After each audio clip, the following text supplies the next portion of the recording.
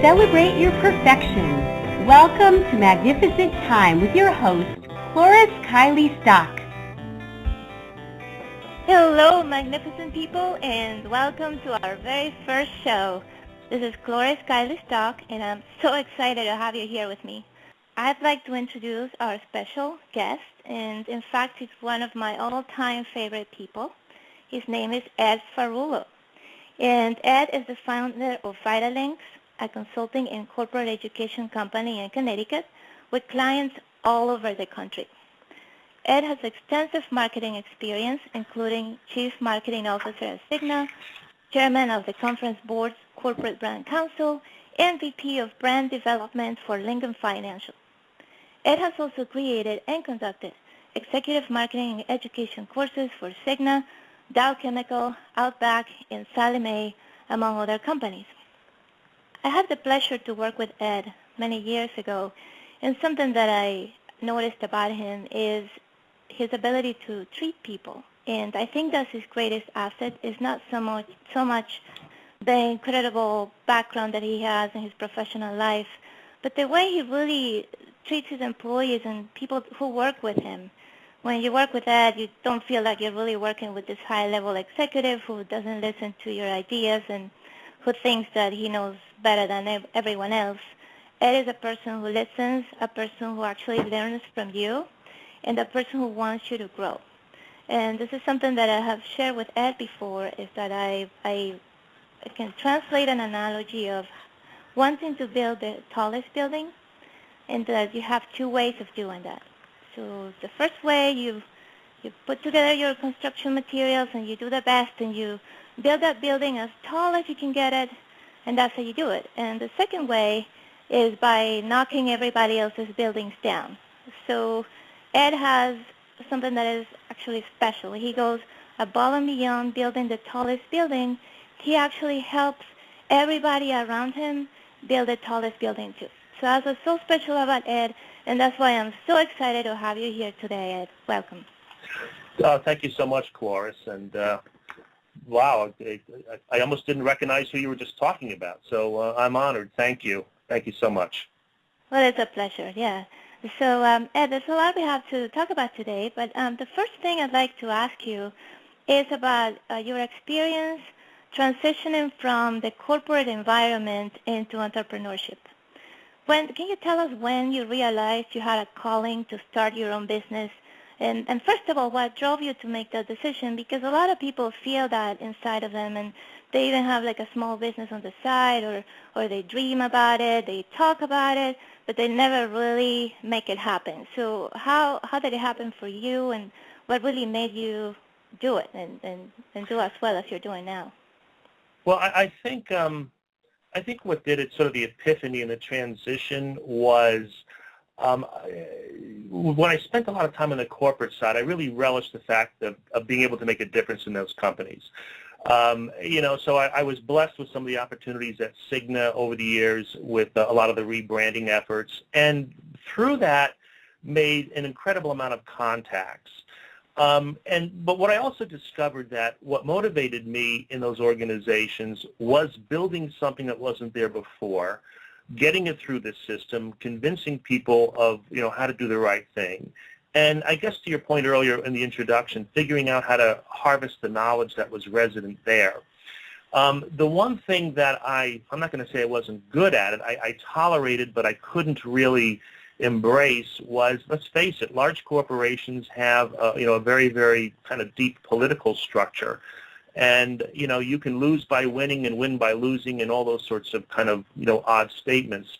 And I realized that, my joy or my thrill was not the quintessential climbing of the ladder within a corporation. I was far more happier being able to get significant things done than even being in an office of significance, although the two certainly had to go together in order to do that. And so you just sort of know intuitively in your head, when your time is up for a certain role that you're playing in life, then how do you take what you've achieved and what you've done and redefine that? And I think that's a very critical thing for people to focus on. in their lives today. Becoming an entrepreneur is, you've heard all the trite phrases. It's not for the faint of heart. Mm-hmm. There's certainly a lot to be afraid of. There's no doubt about it. But part of it is also looking at it and saying, if I'm able to do this for another company, I can do this for myself, and I can do this for other people. And I can, actually take a few more calculated risks and kick away the safety net of that corporate life, and then, get your rhythm going and pretty much take it from there. I'm probably oversimplifying it, though. Correct. No, I hear you. And there are two things that you said that really resonated with me. The first thing you said is that you know something intuitively, and then you know it's the right time to make a move. And that's the secret, I think, to really listen to that voice inside of us that says, hey, you have to make this change. And I think if we don't listen to that little voice, then it eventually comes back to you and says, hey, you didn't listen to me. So sometimes we have to go through a lot of pain until we eventually listen to it and make the change that we need to make. And Absolutely. Yeah? What were you going to say? No, I said absolutely. I agree with you fully on that. It's sometimes it's just, intuition that you have. Like I said, it can be very comfortable in some of these organizations, but I think you have to also look, deep inside your own soul as well, and figure out that, there's a lot more in life that we all can contribute to. There's a lot of real good that we all can do. And it doesn't take a huge leap of faith to suddenly kind of wake yourself up, shake yourself off, and do that, because life is real short, and I don't think people realize how short it is, and those opportunities don't come often. And you never want to be in a position of regretting the opportunity that you could have taken or the road you could have taken. That's right. You know what they say, don't die with your music stealing you, right? Right. So there's something else you said that I thought is worth mentioning, and is the fact that when you feel that calling propels you to do something, right? And that propelling is because that idea got a hold of you. And I think that's the main difference, so that's what Dr. Wayne Dyer says, is the main difference between being motivated and being inspired. So when you're motivated, you're like, oh, I really want to do this, and then you kind of get a hold of an idea and make it happen. You talk to whoever you need to talk to, and you take the steps you need to take. And when you're inspired, that idea takes a hold of you. And it's so much more powerful, because then you just do it. The idea itself is driving you forward. And I think that's probably what happened to you. Well, maybe, I would agree with that. There are times that you kind of feel like it certainly is a blessing, but there's sometimes you kind of also look at it as a bit of an albatross or a curse that haunts you, that, sometimes you want to fall back into the known or the things that are predictable, and right, where life is a little bit easier. But you know what? At least the major learning we can all have, Cloris, especially since 2008, is that life is not easy. Right. It is not predictable.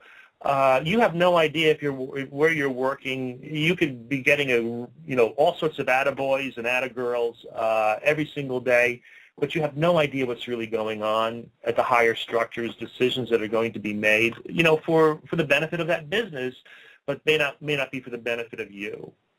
So you have to constantly be thinking, again, how do I survive in a world that is far less predictable? How do I continue to build my skills and be true to yourself in many ways, Yeah, I completely agree with that. Yeah, that's something that I think a lot of us forget, because we have this false sense of certainty when we are in the corporate environment. It's like, oh, yeah, I have my job, and you never know what kind of forces are acting behind you and everywhere. So yeah. With us, yeah. So now there's something that you have mentioned before, Ed, is that you believe that companies can do well by doing good, and I love that. Mm-hmm. So can you explain what that means to you and how you have witnessed this truth in the corporate environment? Yeah, it's a fairly simple notion we've all heard before in many ways, but it can have such a profound effect, and I don't think companies have really begun to scratch the surface on that. And that even is what has driven the name of my company, Vital Links, Vital Inks, those things that make your company vital. And really it's based upon a very simple notion or belief that, the more that people are economically vital, the better off we all are. That businesses really have a big opportunity to address the vitality of the markets they serve, which then makes them more vital to the marketplace, period. Their bottom line. So an example of what drove that was an accidental discovery, frankly, when I was at Cigna. And it was one that actually produced great economic value. And it really manifested through a couple of different sponsorships. One was with Time Warner called The Power of Caring, which aligned the company along with major celebrities, but more importantly, their causes. Then there was another one that was done through Dow Jones Publishing, Wall Street Journal, which focused more on major health issues and conditions, those conditions that were really driving the costs of healthcare up and impacting the health of individuals and really the health of companies, like heart disease, infant prematurity, afflictions of the mind, and so forth. And through that particular program, we aligned with major nonprofits for their content, for some incredibly well-written thought leadership series and seminars, where our brand scores actually grew when we spent less money on those programs. So in other words, there was a budget cut going on where we developed these thought leadership initiatives that resonated very, very strongly. And what was the benefit to the company? Well, besides building its brand even stronger, it got to become a smarter company as well by being aligned with academic organizations like MIT and great nonprofit organizations like Women Heart or the Partnership for Drug-Free America. And then it allowed more outreach and alliances with other big thought leaders as well. So, I sat back and thought about the process that we utilized to get there and ended up spending, as I said before, far less money than on conventional advertising. But when people actually saw this and they remembered it, they recalled it, it resonated strongly. So what did it do? It resonated with the heart and soul of individuals, both on a business level and on a consumer level. And of course, I'm kind of giving a 300,000-foot view on it, but it really comes down to that very simple notion. If you do things as a company that tie into your business, but it's vital for the ongoing vitality of the markets you serve, you're going to have a win-win situation. I mean, it's kind of a no-dust statement in many ways, but you don't really see many that have really taken that mantle up. And a lot of organizations continue to focus on spending lots of money on conventional advertising and messages that just basically want to get people to buy stuff, as opposed to developing a real relationship with the heart and soul of the people that they're out there to serve. So, again, just to sum it up, it's really a different mindset. It's stop thinking of yourself as selling something. Think of yourself more as serving people. That's perfect.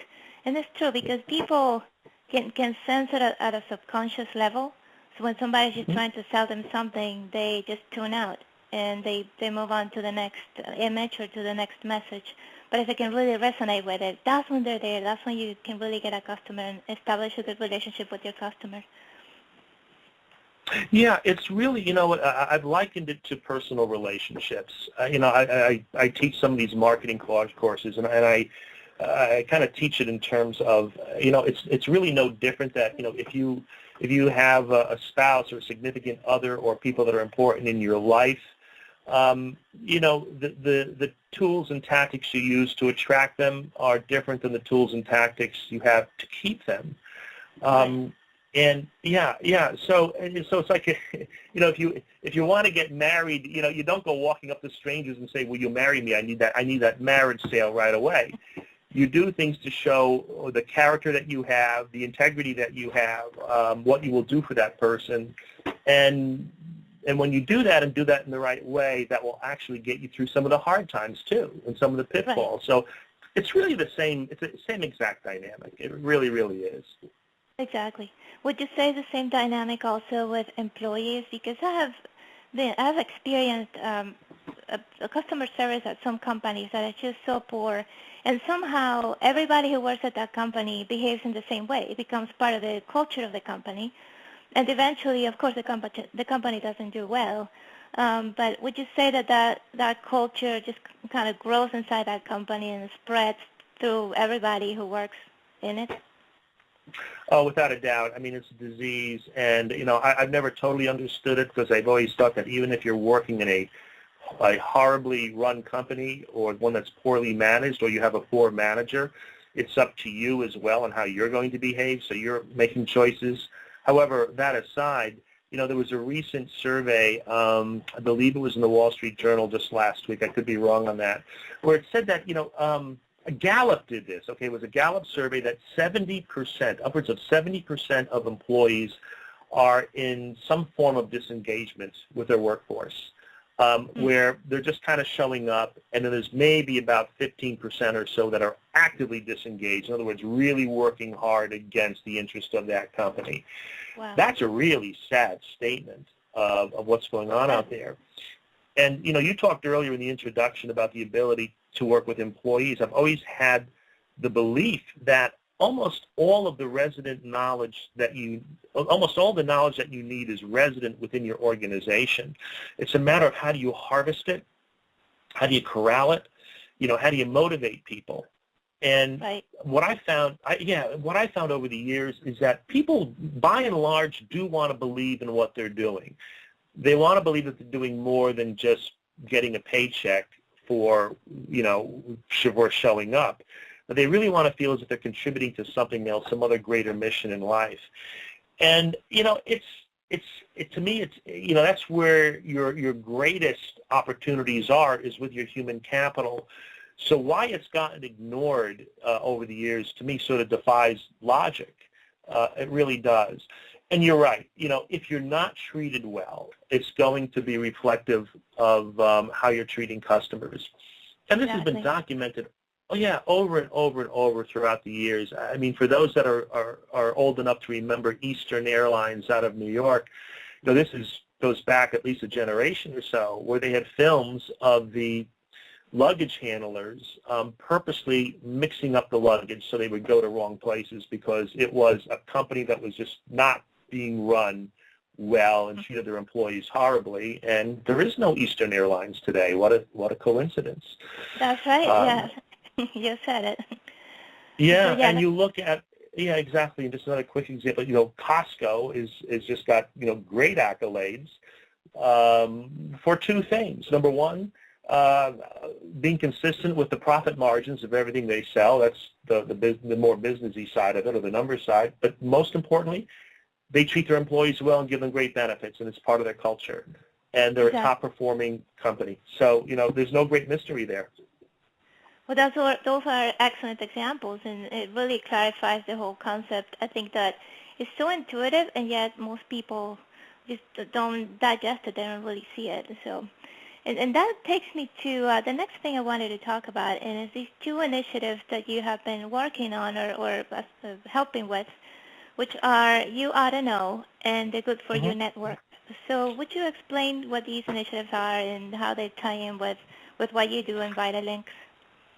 Oh, sure. They tie in, perfectly with the mission of Vitalinks and the philosophy of do well by doing good and increasing the vitality of organizations and people. And the Good for You Network is a new initiative from a client of mine who is a very, very talented broadcast and journalist out there who has a passion for health and well-being. And the whole notion of the Good for You Network is to really help people become the CEO of their own well-being, i.e. take responsibility, positive affirmation.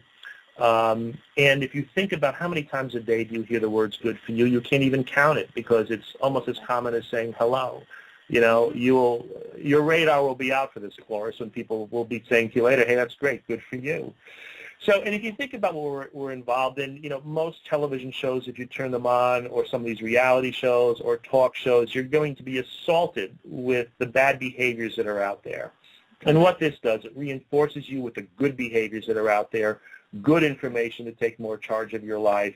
And over time, we have some great ideas in terms of how to really transform this into a good-for-you community that I'm not, I don't have the ability to speak openly about all those ideas right now, but all I can tell you is that they're very, very powerful.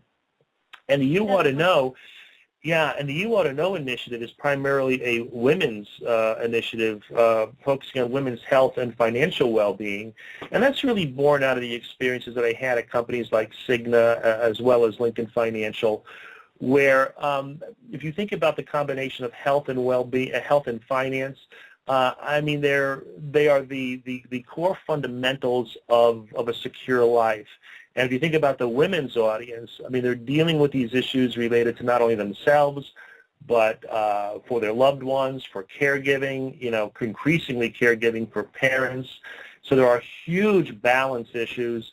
And with the research that we did amongst my business partner and I did amongst women on this topic, they don't feel as if they're being addressed adequately on either of these topics, and they're not recognizing the sort of the challenges that they have in life, which they call life triage. Right. So this is a content series of real stories, of real situations, of how our different content providers are dealing with everyday life issues, and it's not political. There's enough other issues that are out there for that. It's for what I'll call, real people with everyday issues and how they're coping. So we're pretty excited about it. It's developed very, very well, and it's a good place. Yeah. No. So we're in a good place with both of those. Yeah. Thank you. Yeah. Well, we'll talk about it all the time. I will, because I want to make sure that people are aware of these initiatives that there are out there. Because as you said, the media highlights all the negative stuff, maybe because they think that's what sells, right? So we, as you said, we are bombarded with all these negative images and negative stories, but there's so much more good going out there, and somehow it doesn't get highlighted. So I would say maybe for one bad thing that happens, there are 100 good things that happen, but we don't hear about them. So this is a wonderful opportunity for for you to make a difference, I think. Well, thank you. We think so, and like I said, I'm blessed with being surrounded by some really, really good people. I think it ties into sort of another little bit of a lesson here, and that is you can't do it all by yourself. Right. You might have a good idea, but it really comes down to are you with people that complement your skills, and also are you with people that share your philosophy on how you need to approach things. So there's some differences you need to have, but also some commonalities that are very, very important that will make you stronger in what you do as well. That's wonderful. So now, Ed, I've listened to what you're saying, and you've given a lot of advice already, not only to owners of companies, but to managers.